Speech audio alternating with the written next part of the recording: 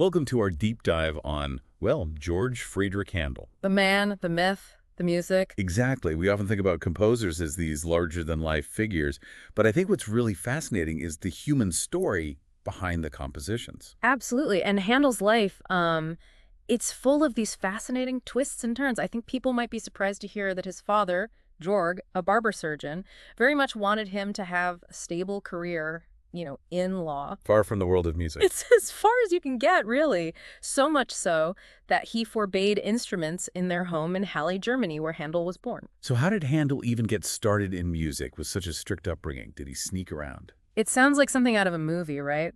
Hiding a clavichord in the attic to practice in secret, this rebellious streak, this determination, it really seems to be a core part of who Handel was. You see it again and again throughout his life, navigating the challenges in the music world, adapting, and in the end, really redefining success on his own terms. Yeah. But how did he actually receive any formal musical training with a father like that? It was a chance encounter that really changed everything. The Duke of Saxe-Weissenfels, he happened to hear young Handel play the organ, and he was blown away by his talent. And I take it he saw something in Handel that his father didn't. Precisely. The Duke, he urged Georg to reconsider his stance on music. I mean, this is a Duke we're talking about, not a request one could easily ignore. So that was a turning point. It was. It was the moment Handel was allowed to formally study music with Friedrich Wilhelm Zacho, the organist at the Halle Parish Church. Zacho was Handel's only formal teacher, and under his tutelage, Handel developed a really deep understanding of counterpoint and fugue. But importantly, Zacho exposed him to musical styles from all over Europe, so it wasn't just this rigid, by-the-book kind of training. So it sounds like a very rich and formative experience. I mean, imagine being exposed to such a diversity of musical influences at such a young age. It was, and it's so important to understand this context because Handel wasn't just absorbing musical notes, but ideas and perspectives, a sense of the wider world of music. All of these things would go on to shape his compositional approach later on. And it's not just the musical influences that are shaping him. He also attended the University of Halle, which had a very different atmosphere than his childhood home, wouldn't you say? Completely different. The university was known for its progressive atmosphere. Forward-thinking, that sort of thing. Thinkers like Christian Thomasius, who advocated for reason and individual freedom, were really prominent there. And I think these ideas clearly resonated with Handel. He was drawn to them. So do you think, looking back, that this might have influenced his decision to eventually settle in England? It's certainly possible. England, even with its own complexities, was generally considered to be a more open society with a lot more religious tolerance than many parts of Europe at the time. So it stands for reason that his exposure to these ideas at the university might have played a role in him seeking a new home in England. It's intriguing to think about how these seemingly disparate experiences, his musical training, and this exposure to liberal thought might have intersected and ultimately shaped his path. These early experiences, they really seem to be shaping a very particular type of artist. Absolutely. Someone who was not content with simply following the rules. He was driven to push boundaries and forge his own path. And this independent spirit leads us to his next chapter in the vibrant opera scene of Hamburg. And that's a story for another time. London, early 18th century London, it was this hub of activity, so much creativity and ambition. It was the perfect place, really, for someone like Handel to make his mark. And he certainly did that with his opera, Rinaldo. It premiered in 1711. And, from what I've read, it was an absolute sensation. It completely captured the imagination of London audiences. You can picture, knights and love and betrayal all set to this incredibly dramatic score. Nothing like it, I think, had been seen in London before. And it wasn't just a fleeting success either. Handel became quite the favorite among the English nobility. How did he manage to navigate those circles and gain such crucial support? Well, he had a real talent, I think, for building relationships with influential people. He enjoyed the patronage of figures like the Earl of Burlington, a prominent art collector, patron of the arts. And that kind of support, I imagine, it goes beyond just the financial aspect. Oh, absolutely. It was about reputation, about access to the highest levels of society. And of course, we can't forget about water music, composed for King George I. I've always pictured that performance on the River Thames as a rather grand affair. Oh, a spectacle for sure. The royal barge, musicians all around, sailing down the Thames as this majestic music fills the air. It was a public display of his talent, but it was also a very strategic move, I think, to to solidify his relationship with the king, especially after he had left his post in Hanover without permission to come to England. It's fascinating how he really understood, or at least seemed to understand, these networks of power and influence and how to use them to, well, I suppose, to further his career. Was it purely ambition, or was there genuine artistic passion driving him? A bit of both, I suspect. While ambition definitely played a part, he truly wanted to create exceptional music. He wasn't just composing to please patrons, he was pushing the boundaries of what opera could be. And in 1719, he took a really bold step to further these ambitions. He established the Royal Academy of Music. That seems like a pretty significant moment in his career. What is he hoping to achieve with this new institution? He wanted to bring top-tier Italian opera to London audiences, a consistent stream of it. So he went out and sought the finest singers, brought them to England, and he created these really lavish productions that pushed the boundaries of what opera could be.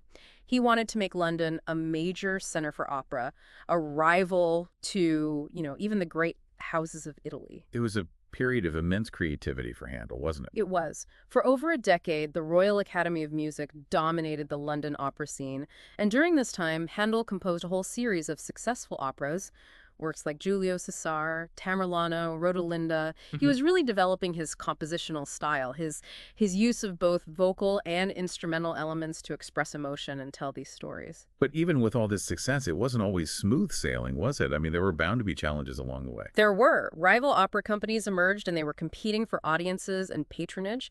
And then, perhaps even more significantly, public taste started to change. The appetite for Italian opera, it began to wane, and this created a real turning point for Handel. He had to adapt, explore new ways to express himself creatively. Exactly. He had to figure out how to remain relevant in a changing cultural landscape, and this led him to a decision that would completely redefine his legacy. And I think it really shaped the course of English music. He turned his attention to English choral works, taking inspiration from the grand tradition of oratorio.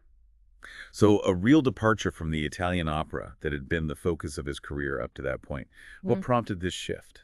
It was a combination of things, really. The declining popularity of Italian opera in London, certainly. But he was also drawn to the dramatic possibilities of oratorio. It offered a different way to tell stories through music. Unlike operas, oratorios weren't staged.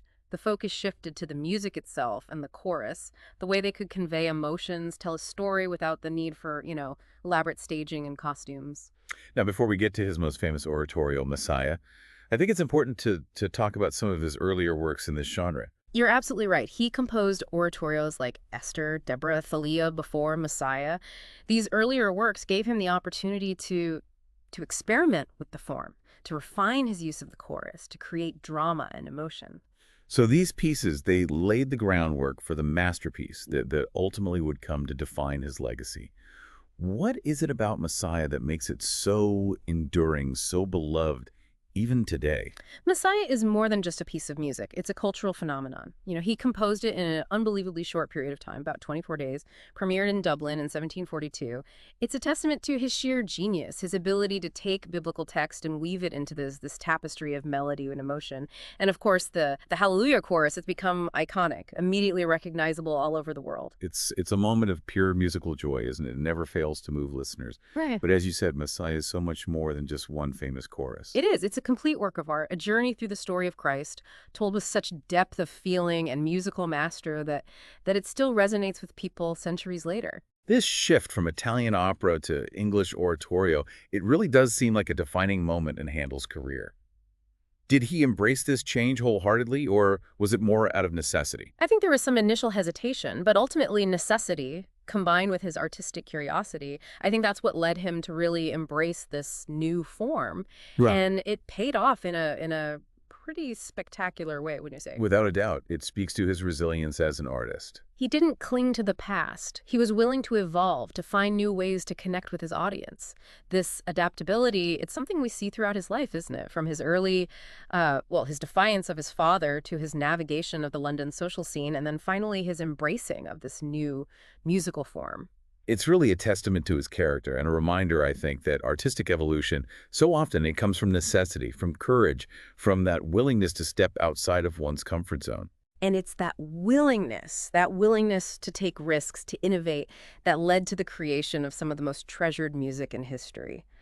But Handel's story isn't just about artistic triumphs. It's about personal struggles, complexities, and that's something we'll delve into in our final chapter. It's easy to focus on the grand successes, the artistic achievements of composers like Handel, but their lives were just as complex and challenging as anyone else's. And Handel was no exception. I mean, despite his fame and success, he wasn't immune to financial struggles. The music world, even back then, it wasn't always stable or predictable.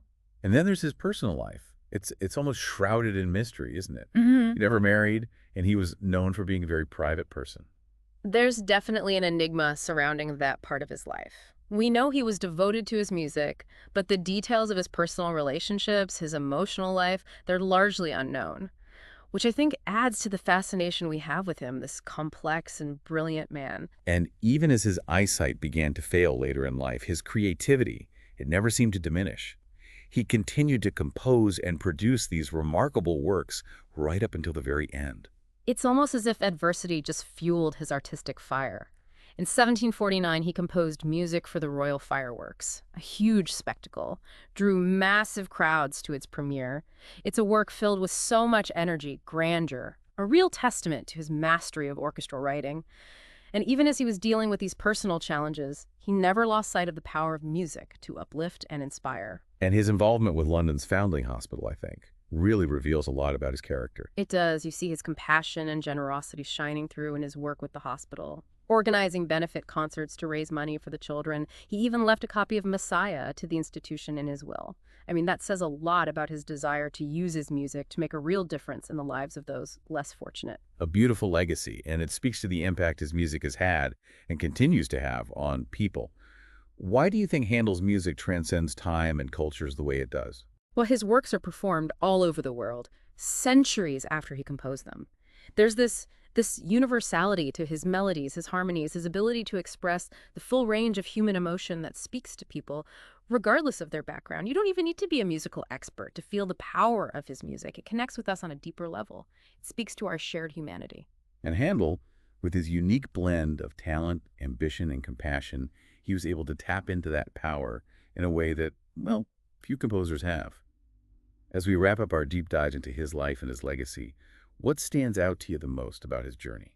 It's his constant evolution, really, from those early days rebelling against his father to his later years redefining English oratorio. He was always pushing boundaries, adapting to whatever challenges and opportunities came his way. It really is a testament to the power of resilience, of relentlessly pursuing your creative vision, even when things are difficult. And his music continues to inspire and move us today, a reminder of the power of art to connect us across time and across cultures. Maybe that's something for all of us to think about when we listen to his music. What was it about Handel's journey, his rebellious spirit, his ambition, his compassion, that led to the creation of such enduring work? And what can we learn from his life that might inspire us in our own pursuits? I think that's a wonderful note to end on.